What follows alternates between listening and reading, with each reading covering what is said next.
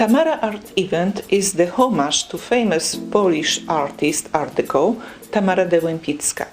The subject launched by Florence Biennale 2021, Eternal Feminine, cannot be represented better than the figure of this fantastic artist, who was not only the artist woman represented avant-gardist of 20th of last century in Paris, but also she was fashion designer and woman bringing glamour and influenced the lifestyle of women in Paris.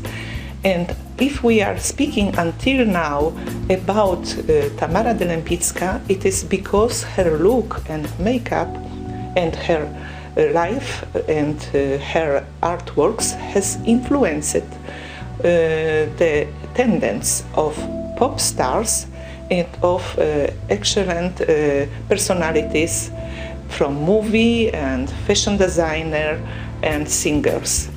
We can see her artworks in a video of Madonna, of Lady Gaga, and also in fashion companies of Dolce & Gabbana.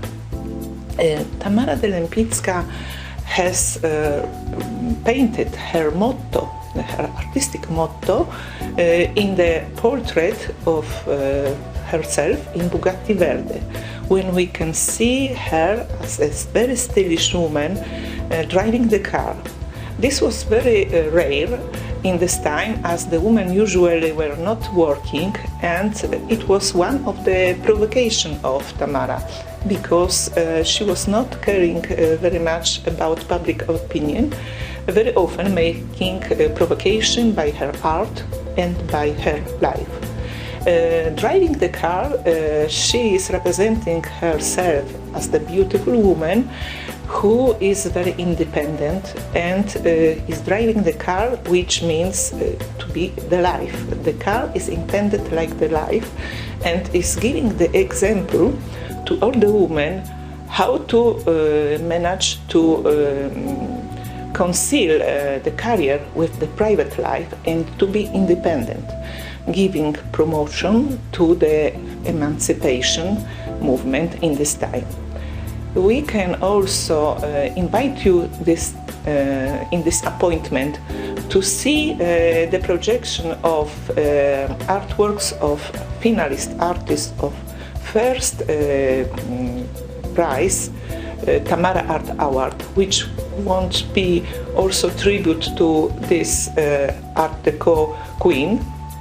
And beside this, we have brought also original serigraphies from United States, which are exhibited inside the program and exhibition space of Florence Biennale. We would like invite you to listen to the conference with Marisa da Porto, the granddaughter of Tamara de Lempicka, who will be able to answer to many interesting questions and to tell us very interesting stories. Welcome to see our video. Tamara de Lempicka. Tamara de Lempicka. First of the Lempickas, $5 million. Amy's bidder now, $5 million. The woman, the machine, the woman looking to the future, in charge of her life. Tamara decided to become a painter to support herself, her family, her child, and survive. And she did, and she became one of the most sought-after portrait painters in Paris and in Italy and eventually the world. There's a new generation that's discovering her and falling in love with her. Tamara was a survivor from one day to the next. She invented her own style, and so as she said, in a whole room full of paintings, you can immediately recognize mine. Donna Karan was a collector, Jack Nicholson, the German designer Wolfgang Jupp, the playwright Tim Rice, he wrote Evita. Barbara Streisand owned Adam and Eve, which is a fantastic painting. Tamara appeals to celebrities. One of her biggest collectors is Madonna. She has used her paintings in Open Your Heart, Vogue. She owns about 4 or 5 paintings. She has touched so many different eras. Her art, her legacy, it's definitely portraying women in a strong way, women in charge of their lives and their world. She has lived such an amazing life.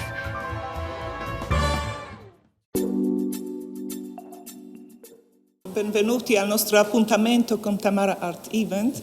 Vorrei ringraziare il direttore artistico Jacopo Celona, direttore della Biennale, di essere presente. Grazie e vorrei dargli la voce di introduzione. Buongiorno a tutti e grazie per essere qui oggi. Siamo molto contenti di poter ospitare questo momento, questo talk, questa conferenza moderata appunto dall'architetto Blosca Ciardi e con la presenza appunto della signora De Lempizza per quanto riguarda appunto un personaggio che ha fatto nella storia dell'arte sicuramente, che è stata per la storia dell'arte sicuramente una pietra miliare, non solo per la sua carriera artistica, ma perché è stata una donna di una modernità assoluta per l'epoca in cui viveva. Sono sicuro che oggi ci sarà modo di approfondire quelli che sono tanti aspetti non solo della vita e della carriera artistica, ma anche aspetti più profondi della figura di Tamara De Lempizza, e per questo appunto ringrazio anche per aver pensato a noi per poter ospitare questa conferenza. Ringrazio Margherita e anche per aver poi pensato di istituire appunto questo riconoscimento dedicato a Tamara De Lempizza e agli artisti che espongono nello spazio che ha trovato poi luogo qui all'interno della Biennale. Non vi voglio rubare altro tempo perché voglio lasciarvi ovviamente ai contenuti più interessanti e vi ringrazio e ci vediamo dopo per la premiazione. Grazie. Grazie. Signori e signori, vi ringrazio di essere presenti oggi. Voglio presentarvi la signora Marisa Doporto De Lempicka, che è la pronipote della famosa artista polacca Art Deco Tamara De Lempicka. La signora Doporto ci ha onorato con la sua presenza, potrà fra un pochino rispondere ad alcune domande molto interessanti che riguardano la vita familiare e come Tamara riusciva a conciliare la carriera con il menage di tutti i giorni, e se ci riusciva, perché è una impresa alquanto difficile. E comunque volevo sottolineare che nello spazio dedicato al nostro evento abbiamo in corso una mostra unica delle serigrafie originali che sono venute apposta per questa esposizione per la Biennale dedicata all'Eterno Femminile e che sono firmate da Tamara De Lempicka, originali certografate da Filia Kizet. Abbiamo qui questa esposizione di 8 serigrafie grazie proprio alla collaborazione con De Lempicka Estate, che oltre queste opere ha portato oggettistica di produzione e anche dei libri che la Marisa ha scritto con ultimi ricordi raccolti di famiglia riguardanti Tamara. Tutto questo troverete dopo ovviamente nello spazio del bookshop. Comunque, se siamo qui a parlare di Tamara è perché è un'artista che ha influenzato moltissimo non soltanto l'arte, ma costume di vita della figura della donna, la donna in carriera, e ha dato esempio come un artista, come un freelancer può diventare ottimo manager di se stesso, perché prima di tutto avendo un carattere forte andava controcorrente e sfidava spesso l'opinione pubblica facendo delle provocazioni per attirare attenzione e per commercializzare sua arte. Comunque, se possiamo dire che non a caso siamo qui a Firenze, perché le opere di Tamara hanno avuto una forte influenza presa da capolavori italiani di tardo Rinascimento, del manierismo. Veniva spesso qui a studiare arte presso le chiese, Uffizi, studiava Pontoromo, Rosso Fiorentino, Artemisia Gentileschi, e lo possiamo riscontrare anche nei suoi lavori. Lo possiamo vedere nei volumi delle figure delle donne, che spesso anche riprendono le sculture di Michelangelo nella sua forma che sembra sprigionarsi dalla tela e uscire dalla cornice, perché sono prerompenti sue figure. Vorrei un attimino ora soffermarmi, proverò di introdurvi un po' in inglese, perché vedo che abbiamo un vasto pubblico internazionale. Ladies and gentlemen, sorry for speaking in Italian, but we have also Toscan television, so I have to introduce before in Italian language. Anyway, welcome in our appointment with Tamara Art Event, which is coordinated by Studio Artemisia with collaboration with the Lempicka Estate. And thanks to the Lempicka Estate, we have exposition of original serigraphies in our stand of Tamara Lempicka, who are very unique and has a limited edition. If we are today speaking about Tamara, it is because this year's subject of Florence Biennale, launched from Florence as the Eternal Feminine, cannot be better represented but by the figure of Tamara, which was represented always the woman figures in her artworks, very provocated and very modern style, which was a combination of cubism, of constructivism, but bringing also some connections with late Renaissance, Italian late Renaissance, and with manierism. Tamara was very often coming to Florence and to Italy for studying art, and she was looking for the artworks of Pontoromo, Rosso Fiorentino, Artemisia Gentileschi, and we can see also some reminiscence of this masterpiece in her artworks. For example,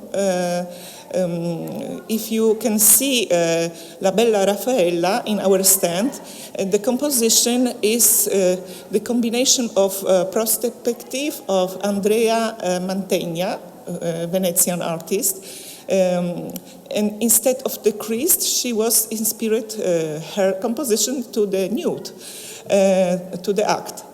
Anyway, also in some other artworks we can see, like Andromeda, some inspiration from mythology, and it is showing how she was near to classic art, and what she was looking, it was to find her style, which will be distinguished her from the another avant-gardists. She was, of course, living in Paris, she was frequenting many artists, she was very curious, but then she wanted to create her style, and she managed to do this, making this combination with avant-gardists and some classic art. And what we are also admiring in her, it is also the opposites. If you see the woman painted by Tamara, you can notice the eyes, which are in the same moment, the bad and the good. Her acts are provocated, but are very elegant. So it is always this contraposition of two way of being and some mystery. This was Tamara. Also with some dark and light palette, which is using with few colors, which was always inspired from the modernism, the basic colors. She played with background as the effect, to receive the effect of theatrality of her figures. Anyway, I would be very pleased to present you now our special host, special guest, Marisa do Porto de Łępicka, who came from United States and will be able to answer to some very interesting questions regarding private life of Tamara. Thank you, Marisa, to be here with us, and happy birthday, because it's your birthday today.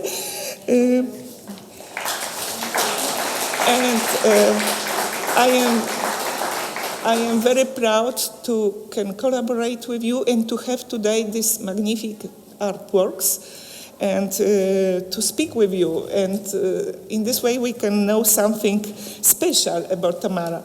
For example, I would like to ask you what is your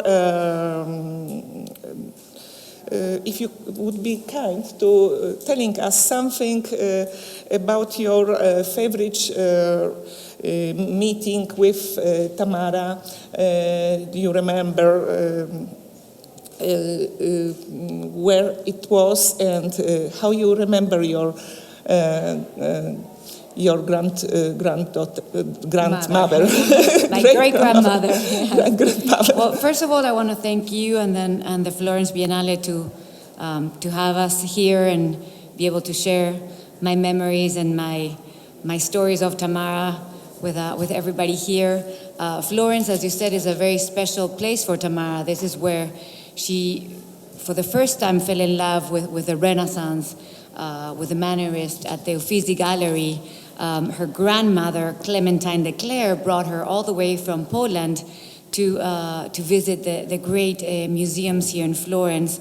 And this is where she fell in love with the Renaissance. So how great that we can be here today sharing her art with the public in Florence, because it was a very special place. And as you said, I think her style is so unique, and this is why we remember her. Her life was extremely exciting and unique, and this is why we're working on a movie and a mini-series and documentaries. But she created her own iconic style. It's a blend of this beloved Renaissance that she first fell in love here in Florence, and a soft cubism, which was starting to be in vogue in the 20s. She studied with André Lotte and Maurice Denis at the Académie de la Canzonière in Paris. So she truly blended these two trends, the Renaissance and the soft cubism, to create the iconic artworks that we see and recognize today. So I think that's one of the reasons why we're here. Mm-hmm. And yes, many stories with Tamara. She was an amazing woman. I met her, she was in her mid to late 70s. I was about 4 or 5 years old the first time I met her. She had invited us to her villa in Cuernavaca, Mexico. And the first time I saw her, she was bigger than life. She was like a queen. She had the most amazing French perfume, the biggest jewelry I had ever seen. She loved jewelry, so she had, the big bracelets and the ring actually that Gabriel D'Annunzio had given her in 1928. She wore that almost every day. So she was wearing that, her big jewels, and she had a very deep voice. And the first thing she said, she opens her arms and she says, "You can call me chérie," which means dear one in French. Not Nana, no grandma, no granny, chérie, of course. So the whole family, my mother, her daughter Kizette, and us, the great-granddaughters, called her Chérie. So she just had such a strength about her. You could tell that she had been a great woman, and she was still a great woman, even in her 70s. One story that's remained with me through my life is one night she invited me to spend the night in her room in Cuernavaca. In those days, she loved this kind of a very light purple color, a lilac color. So when she liked something, the whole room was lilac. The bedspreads, the cushions, the walls, everything was this very light lilac color.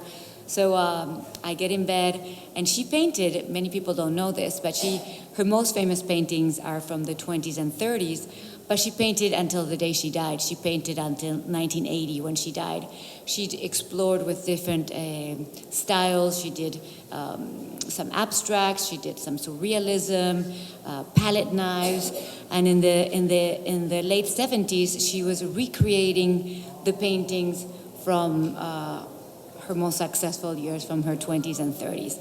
So she was actually, at this moment, she was painting another version of Saint Antoine. And so I'm already in bed, and she brings her paints and her palette knife, and I can smell the perfume of the aroma of the oil. And she tells me, you know, Marissa, when we moved from she had to flee St. Petersburg and leave they came from a very wealthy family. They had to leave all their belongings behind with the Bolshevik Revolution. They lost everything, basically, their properties, their clothes, their friends, their family. Everything was lost, and they had to start over in Paris. And she started painting portraits to survive. So the story she tells me is, you know, Marissa, when we left St. Petersburg, we lost everything. We had nothing. And I started to paint portraits. I decided I had to survive. I had to make a living. I had to feed your grandmother, her daughter. And I decided, I told myself I was going to paint day and night until I became the most successful portrait painter in Paris. And I would not stop. And every painting I would sell, I would buy myself a diamond bracelet. And I would not stop until I had diamond bracelets from here to here. And actually she did. You see the photographs eventually. She had the most amazing diamond bracelets. But these bracelets were a symbol of the success, of course, and also of security. Because she knew that if she had to flee again, she could carry her bracelets with her and start over again. So, and which she did, actually. The Second World War happened, and she had to flee to America again. So these bracelets were a symbol of success, but also security. And the lesson that I learned was that you have to work hard for what you want. That, as she said, she worked day and night to pursue her dream, and she obtained this dream. Of course, she had an incredible talent, but what stayed with me is that, you know, hard work. And she said, there's no miracles. There's only what you make. And this is something that stayed with me, and my sister, I know, forever. So. Allora, la Marisa ha raccontato un po' caratteristiche della personalità della Tamara, che è una donna molto ambiziosa, molto forte. Si è trovata in difficoltà dopo che ha dovuto scappare dalla rivoluzione bolscevica da San Pietroburgo, arrivata con poche cose, pensando che fra qualche mese il mondo ritorna come prima, e invece le vacanze si prolungavano. E da questo momento, dopo, vivendo a Parigi, ha trovato delle difficoltà di sostenimento, quindi ha deciso di riprendere il suo talento dimenticato nella fanciullezza e di potenziarlo, di svilupparlo, di diventare grande artista. Però il suo presupposto era di diventare un'artista, una tra più brave della Parigi, più richieste di Parigi, e ha detto che non smetterà di migliorarsi finché non potrà con soldi ricavati dai suoi quadri comprare braccialetti che copriranno il suo braccio dal polso fino gomito. Questo l'ha fatto per una scommessa ambiziosa per migliorarsi, per perseveranza nell'arte. E poi ci è riuscita, ovviamente trovando un suo stile unico che, come avevo detto prima, era un mix di avanguardie e dell'arte classica, di tardo rinascimento, però era anche dettato dalla necessità, perché la Tamara tutta la vita doveva scappare da qualche regime, infatti precipitavano in maniera inaspettata, magari dove ti trovavi dovevi scappare, avevi tempo per metterti in salvo, come è successo da San Pietroburgo e dopo nel 1937 quando si trasferì col secondo marito scappando dal nazismo, abbandonato Europa andando negli Stati Uniti, e quindi era abituata che quando uno è in emergenza per sopravvivere non ha tempo di fare valigie, prendere le cose, prelevare soldi, quindi com'è si mette in salvo, quindi avendo braccialetti sul braccio è una sicurezza anche economica di sopravvivere. Grazie.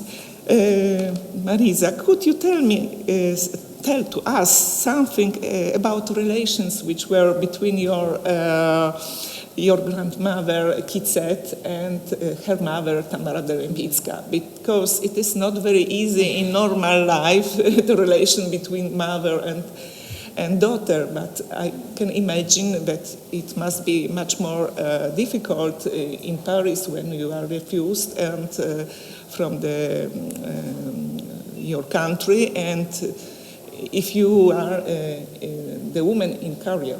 Yes. Well, it was, as I said, Kizet really did not call Tamara mother or mom. It was chérie, you know. And sometimes Tamara would introduce Kizet, that's her daughter, as her sister. So she had to be young and beautiful. It was a way. You know, Tamara, I think, was a genius at creating a personal branding before personal branding was even a thing. It was, you know, as you said, the fashion, the way she presented herself, the clothing, she loved hats, the jewelry. Even her apartment in Paris in Rue Merchant was called un atelier moderne, the most modern apartment in all of Paris. And this is where she showcased her paintings. She sold her own paintings. She didn't have a manager. She negotiated her own pricing. So she would create these amazing parties at her atelier in Paris and to sell her paintings. And the apartment was designed by her sister Adrienne Gorska, who was one of the first women in all of Europe to have a degree in architecture. So she was an amazing person as well. But the whole apartment was in chrome and a light gray, which showcased Tamara's paintings with the brilliant colors perfectly. So she knew how to brand herself. So, of course, having a daughter along did not go with the femme fatale image. So she would present Kizet as her sister. Tamara, of course, she was as most artists, she was an extremely strong personality. In English, we have a saying, my way or the highway, basically. It was her way. So, Kizet was the sweetest person. So in many ways, she was her secretary, her assistant. She would get her coffee in the morning. Tamara read 3 or 4 newspapers a day in different languages. She was a very informed woman. So Kizet would bring the newspapers to her with a coffee in the morning. As Kizet grew, she kept all the archives. She was a great writer. She would write most of Tamara's correspondence as well. So, they loved each other. And of course, they had their fights. And Tamara was not an easy person. And they would always fight in Polish, their mother tongue. So that was funny. As a little girl, to me, it sounded like because that's what Polish sounds like. So whenever there was an argument, it was in Polish. But, they loved each other, and actually Kizet was the one that scattered Tamara's ashes in the Popocatépetl volcano in Mexico. Too. That was Tamara's last wish, was to have her ashes scattered in the volcano that she saw from her house in Mexico, and Kizet was able to accomplish this, getting on a helicopter on a windy day, and it's not a fun experience, but she accomplished her mother's wishes until the end. I think that your great grandmother was special until the end, also with her disposition about after her death. Volevo dire che Tamara Dell'Empicka aveva una relazione non molto facile con la figlia, perché doveva curare suo look marketing di donna fatale che andava in voga a Parigi per commercializzare i suoi quadri. Era una donna giovane e bellissima, e una donna fatale con la figlia non avrebbe avuto lo stesso promozione delle sue opere, quindi spesso purtroppo la presentava come la sua sorella, e la figlia veniva accudita dalla nonna che veniva a trovare la Tamara, e comunque più tardi la figlia Kizet era molto vicina alla madre, gli faceva da segretaria, in senso che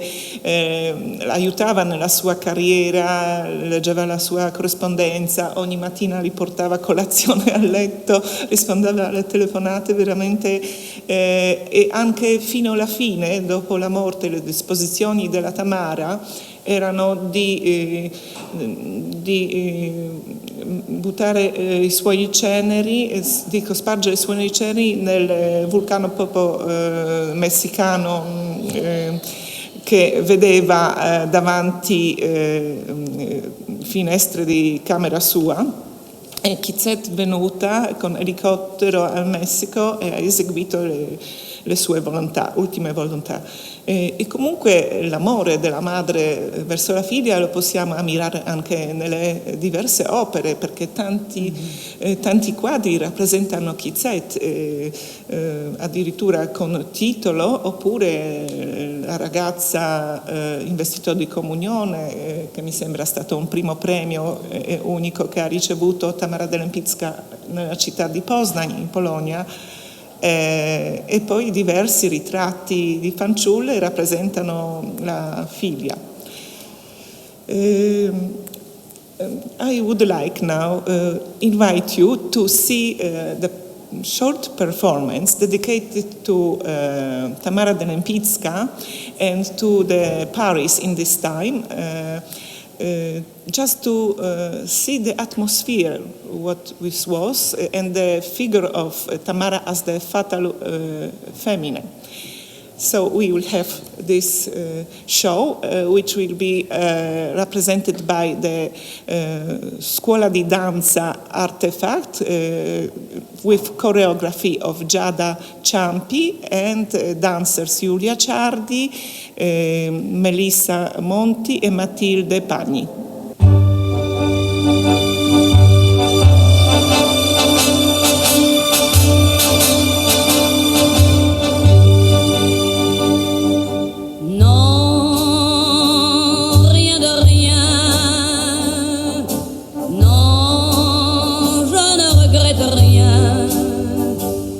Ni le bien qu'on m'a fait, ni le mal, tout ça m'est bien égal. Non, rien de rien. Non, je ne regrette rien. C'est payé.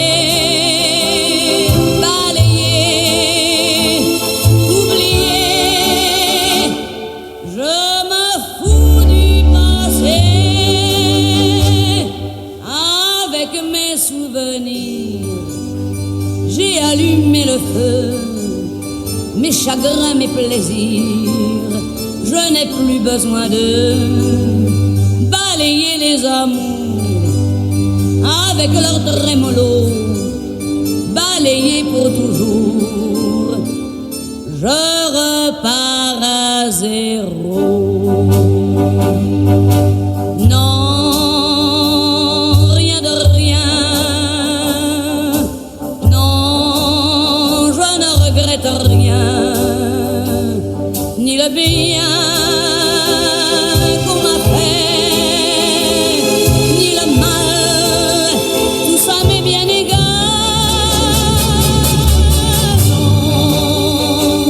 Non, rien de rien, non, je ne regrette rien, car ma vie,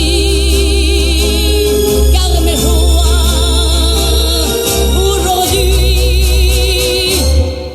ça commence avec toi.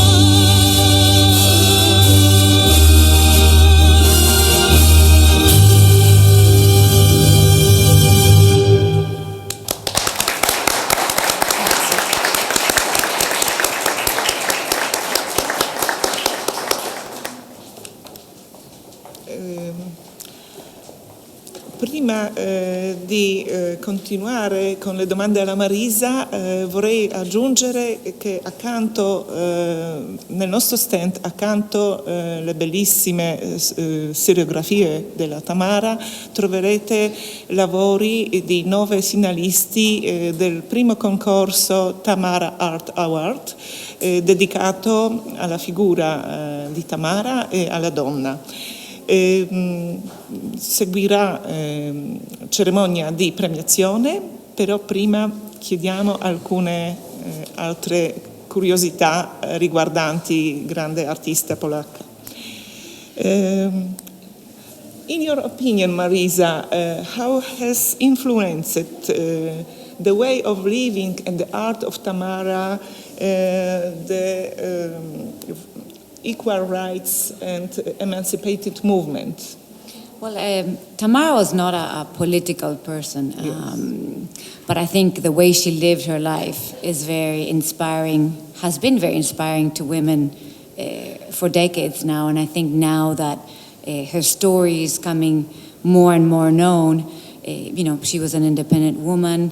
She started in Paris with nothing. She followed her dreams. She became the most sought-after portrait painter in all of Paris. She demanded the highest prices for portraits. She was in charge of her life. She owned her beautiful atelier. She bought it with her paintings. She lived the life the way she wanted. As we know, she had affairs with men and women. She traveled. And I think the way she portrayed women, right? I mean, you see these amazing portraits, and women are in charge of their life, are in charge of their sexuality, are in charge of their destiny. And she's one of the first women painting women this way, women or men even. Yes. I mean, women are always painted like this demure thing. Still alive. Yes. And then Tamara painted women in a strong way, in a way that's in the 20s that still inspire us today. Yeah. And she lived her life that way. So I think her life is very inspiring to me, and I know to many people. I love hearing stories all over the world of people that come across her art and her life and feel inspired by her. So she's very relevant today. Yes, I think that she was very, very contemporary until now, and that her way of living give example to many women until today, because sometimes we are stopped with our initiatives because we are afraid what people will speak about, and Tamara has had such strong character. She was not caring anymore about media opinion, and she was even, in spite of everything, turning on her favor this to make a business with her artworks, and leaving people to speak what they want. Yes. Just mystery. She didn't care. Like opposite. It is fantastic. Yes. I would like to proceed now with the ceremony of of award, but for the moment it will be interesting to see video projection of finalists of artists who will be the combination of artworks and recording, also the photo of Tamara.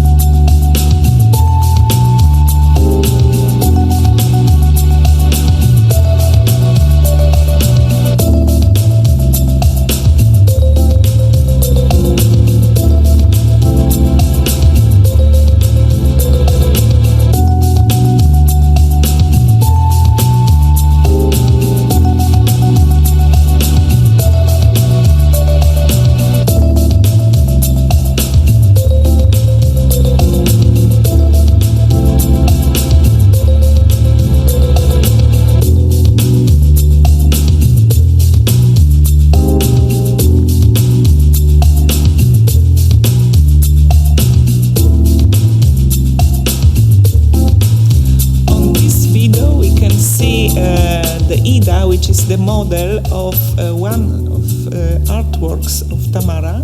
Several Artworks, several. but one xerograph we have of her. She is playing guitar, the woman in blue. You can see in our stand. So this was one of Tamara's best friends. They were friends for 45 years, and it is said that they were lovers as well. But and this video, they were just playing around with a camera in Paris, just kind of making a little home movie.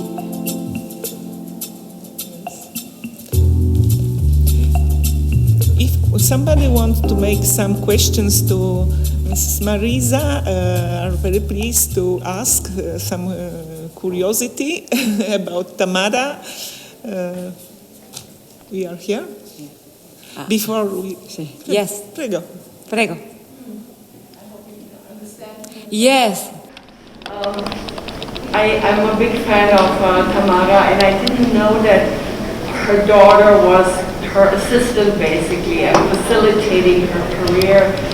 How did that play out with their personalities? Was her daughter then, she obviously doesn't have the same independent spirit. What kind of dynamic was that, and after Tamara passed, like if she was her assistant? You know, it was hard. You know, Tamara was a very strong woman, and Gisette was very sweet. She did not have that strength and that desire to almost. Tamara called it the hunger. You know, she had that hunger for survival, for success. Gisette was more, you know, she had a nice life. You know, she went to private. She was very sporty. Gisette loved sports. Great skier, amazing tennis player. She was in the rowing team in her university. But she was very smart. She went to Oxford and Stanford. She was married. She was married to Foxy, Harold Foxall. We called him Foxy, a very kind man. And she had 2 daughters, my mother Victoria and my aunt Chacha. So she lived a very, I wouldn't say quiet life, but a kind of they lived in Houston, Texas. So a quiet life, and it was a revolution every time Tamara would come and visit. She would come and stay for like a month or 2 in Houston. It was always a revolution when Tamara came. So they had a good relationship. You know, they did fight, of course, because Tamara wanted perfection and demanded perfection from everybody around her, and that's not an easy thing. But so they would have their fights, of course, and arguments. But again, I think Gisette did devote her life to Tamara for sure. Any other questions? Anybody would like to know something? No? Okay. Yes. How do you ask about the life of my mother? My mother says that Tamara was like her fairy godmother, because she would come to Houston, which is, you know, especially in the 50s and 60s, Houston was a very, almost like a small town. She called it a cow town. So she would come and swift my mother away. She would bring her to Italy, to France, to the south of France, to the beach. So she helped my mother teach her about culture and history and beautiful hotels and meet, you know, some amazing people. She was friends with kings and queens, and my mother got to meet all these kinds of people, and it was a great contrast for my mother's life. So, yes, thank you. Un'altra domanda, passiamo ora microfono perché non si sente, c'è la televisione toscana, quindi prego. Hello. Yeah, just a quick question, like about her private life. How did the partner she had, I mean her husbands, accept the fact that she was a free person? Did they accept the fact that she was a free person? Yes. Well, you know what I mean, yes, about of being course. free? Yes. Well, you know, her first husband was Tadeusz Lempicki, and we believe, and she said that he was the love of her life. She married the most handsome man in all of St. Petersburg. At first, he didn't pay attention to her because she was younger and a teenager and even a little round, chubby, like she said, when she met him. But what Tamara wanted, Tamara got, and she did end up conquering Tadeusz, and they got married. The war came, they had the revolution came, the Bolshevik Revolution, they lost everything. And Tamara had to change her life, they thought that they were going to live this life of luxury and in either St. Petersburg or Warsaw, and the war came, and Tamara had to do what she had to do, and the Roaring '20s, Paris, things were happening, parties were happening, affairs were happening, and yes, she lived the life of a free woman. She always loved Tadeusz, but she was exploring her sexuality, her independence, her art. And eventually, this broke up their marriage, and they divorced in 1928, 1930. And he eventually remarried another woman and went back to Poland. She stayed in Paris. Her second husband was Baron Raoul Kufner. He was about 17 years older than her, and they had an agreement, they loved each other, they respected each other, but they each had their own affairs. And I think this was a common thing in those days as well. So hopefully I answered your question. Okay. Anybody else? Buongiorno. Buongiorno. I'm very happy to be here. I'm a fan of your grandmother, as everybody may be here. I would like to ask if is remaining anything of her art material or existing some atelier yet to visit maybe one day? Yes. Many of her important paintings are in museums, basically in French museums. So if you go to the Pompidou, you can visit some of her most amazing artworks. Her atelier is actually a private residence, the Atelier en Rue Marchand. But they open them up to visit from September to November. So you could go visit that. And then we, the family, we have archives. We have her paints, her paint brushes. Yes, we have her hats and her gloves, her glasses, many personal notes. Photographs that she kept through her whole life. We have 2 books about this size of her newspaper articles that she kept through her whole life. So newspaper articles from the 20s and 30s all through the 1980s. So great material. We're in the process of creating a foundation, so this can be preserved and studied. We're not sure if the foundation is going to be here in Europe or in the United States, but yes, we're in process. That's very interesting. Yes, and we are creating a few exhibitions in Poland for next year, so you'll be able to see this over there. Thank you. So, thank you. One more. Yes, one more question. Yes. What led her to Mexico to choose, to go to Mexico from obviously the transitions that she had forced to do? It's a good question, and people wonder that. So yes, you're right. She went from Paris to first Hollywood. So she was in Hollywood for 2 years. She thought she might become a movie star. She loved movies. It didn't happen. Then she went to New York. Then after Kufner died, Houston.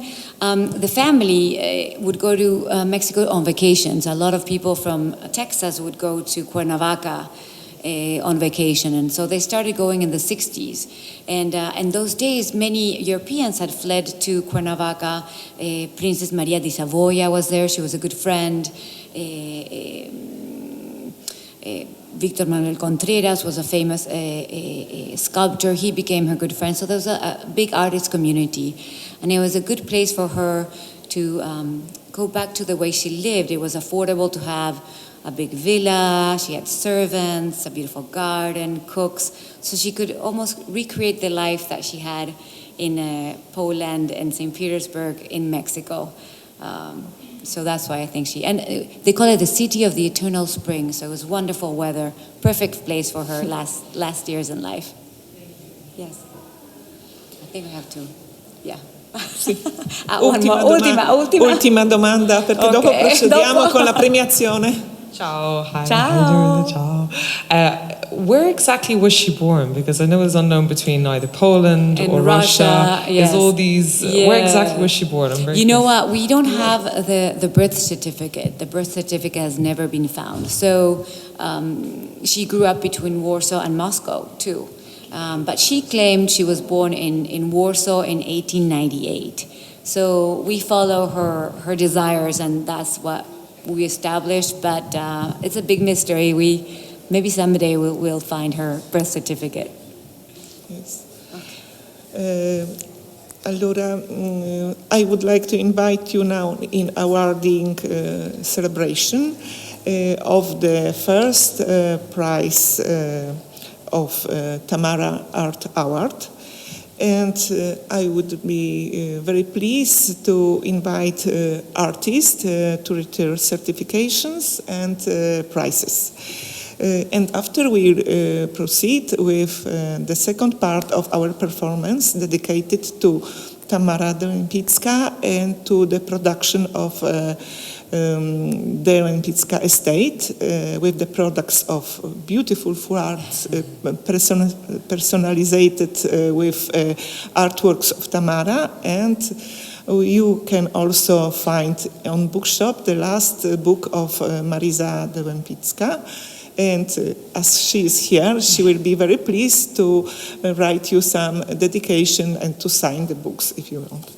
Anyway, I invite now, I would be very pleased to give the first prize for the career to the artist who is from Israel, Michał Ashkenazi. She is not here because of the situation. Anyway, as we are working for a long time together, and this artist is unbelievable because she created the new technique of multifusion, which is a combination between photography, painting, and digital art. And her story is a little bit similar to Tamara, as she was obliged to run away from the Nazi regime and to be always to change countries, and she was able to become artist only when she was 60, and she has very strong character. She managed to do this, and she's still now working, changing always the techniques. So I am very pleased to give this recognition to her and to be honored to have her as artwork in the exposition. We are waiting for her new artwork, which is now blocked in customs. Yes, we have problems. Anyway, we have managed to put in exhibition another artwork which is very emblematic for her style. So this is Michał Ashkenazi and her prize for the career. And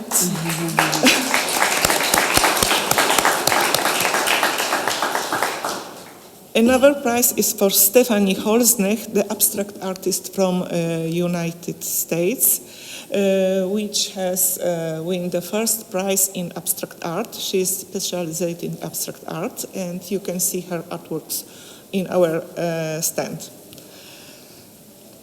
And unfortunately, because of the situation, many artists have problems with traveling, so you can understand the situation, of course.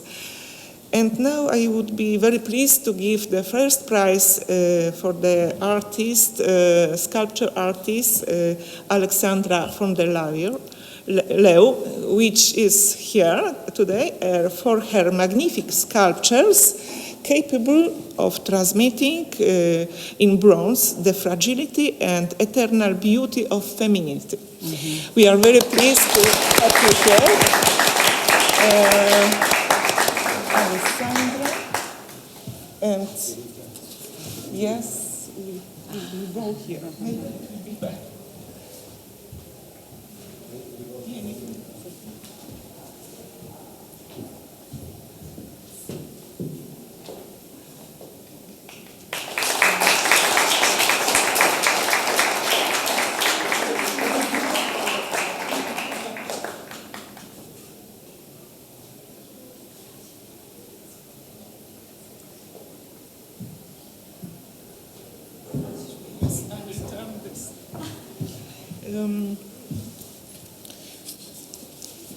Now I am very pleased to give the first prize for the artist Kinga Łopot-Dzierba for the original style, reverding with the passionate colors, the enigmatic charisma of femininity.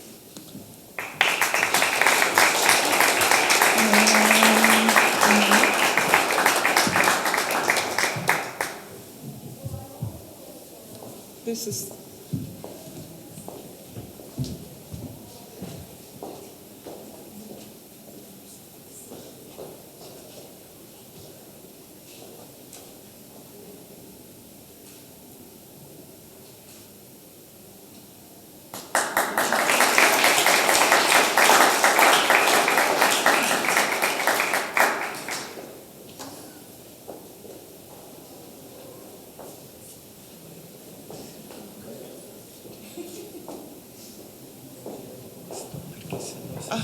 okay.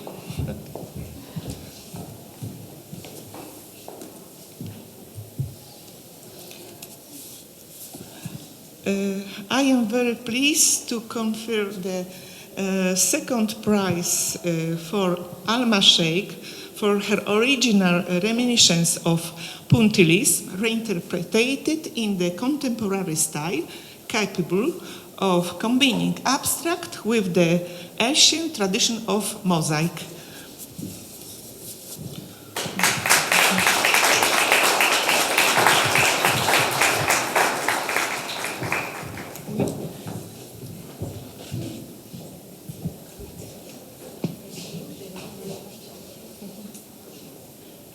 Grazie, grazie Margherita.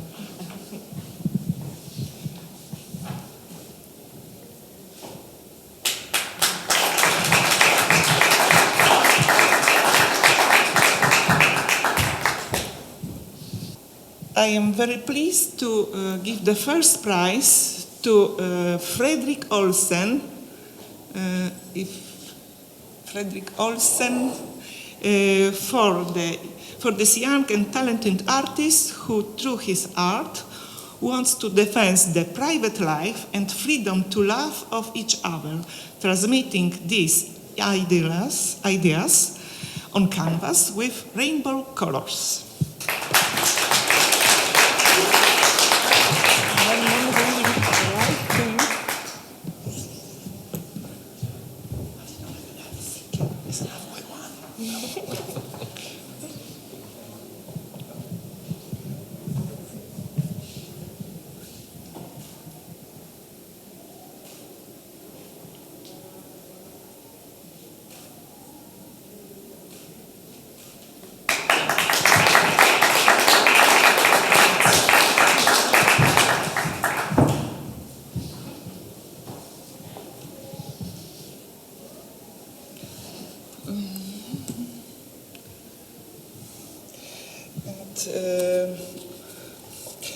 Another prize are for the artists who unfortunately couldn't be here. Anyway, I will give this communication. The second prize for the abstract art is for Ernest Zawada for the abstract composition aimed at transmitting the essence of fragility of feminine world into the colors. His prize.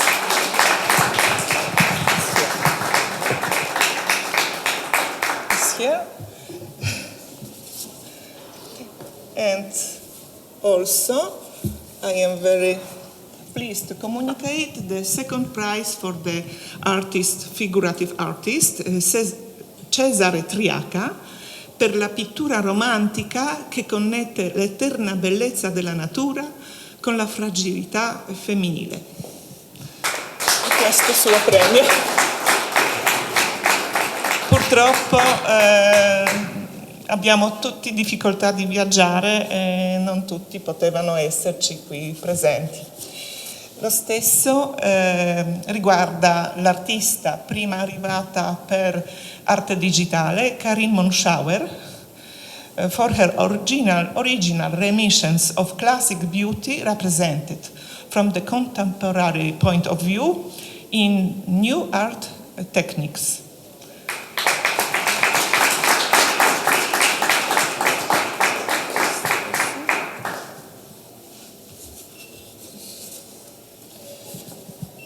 E poi volevo anche nominare degli artisti che comunque sono arrivati al finale, tra cui Alessandra Rei,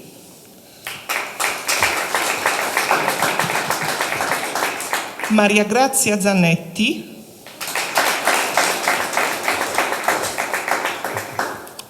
David Schaap, John Moore, Michael Henry Farrell, Rolando Rovati,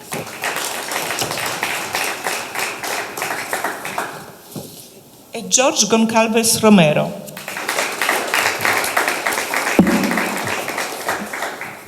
Rimane anche un'altra artista proveniente da Oxford, Diana Archer.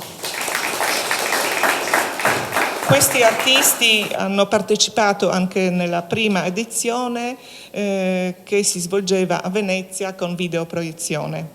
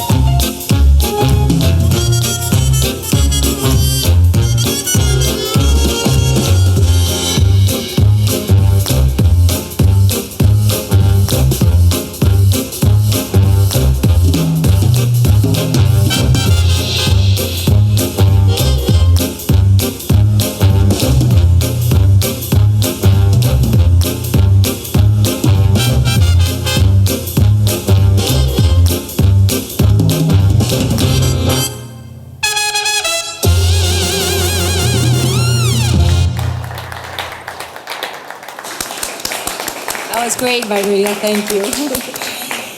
E niente, vi volevo invitare, I invite you to see the new book of Marisa. I would like to ask you also, Marisa, what you wanted to transmit in this book, some new memories about Tamara, because also your grandmother wrote the famous book, The Passion and Design. So have you something, another mystery to tell us? There's many mysteries in Tamara's life, even today.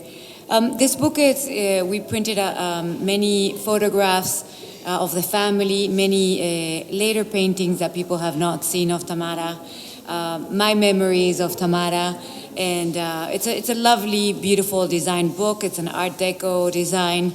And I think it's a great book for any Tamara fan. Also, Ana Maria Potoka, she's a famous, she manages several museums in Poland. She wrote the art part of the book of the art expert. So I think it's a great book for any Tamara fan to have.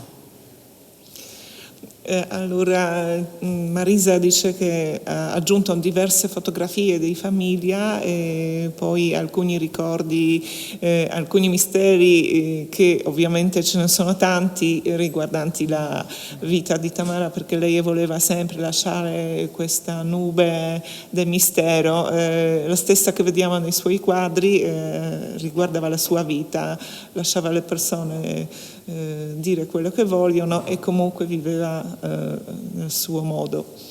E se vogliamo approfondire, comunque ecco nuova edizione di Tamara. Thank you, Marisa, very much for your presence here, and that we can admire these beautiful paintings, because it would be impossible to have originals, and I even wouldn't like to be involved because it must be very costly. Yes. And also xerographs are wonderful. The printing is fantastic. I never have seen xerographs like this, really. It seems to be in front of original artworks. I totally agree. Many people don't know Tamara has become, with the sale of a portrait of Marjorie Ferry, she's become the second most expensive female painter at auction ever. That painting sold for almost $22 million. So you're right, the serigraphs here, instead of paying $22 million, you just spend, you can spend a few $1,000s and have it. They're fantastic. The quality, yes. They were done from my grandmother with DK Art Publishing from California, and they're truly, truly fantastic. We're very happy to be able to share them here at the Biennale. Thank you very much. And what do you think that Tamara can, with her life and with her style, can remind to contemporary artists? What she would tell to them? One thing Tamara always said is be unique, be yourself, find your own style, whatever makes you unique and different, and really go for that feeling, right? Do not copy, create your own style, which she did, and it's so iconic today. So I think for artists, it's very hard because there is so many talented artists out there, but just try to find something that makes you unique, that can share your soul, that can share your style. Yes. Allora Marisa dice che un consiglio della Tamara per artisti contemporanei sarebbe stato questo, di essere unici, di non copiare, di trovare un proprio stile, di perseguire la propria personalità e modo di essere, perché così soltanto si riesce a distinguere tra altri, e lei l'ha fatto con sua arte. Thank you, Marisa, very much. Thank you for your meeting.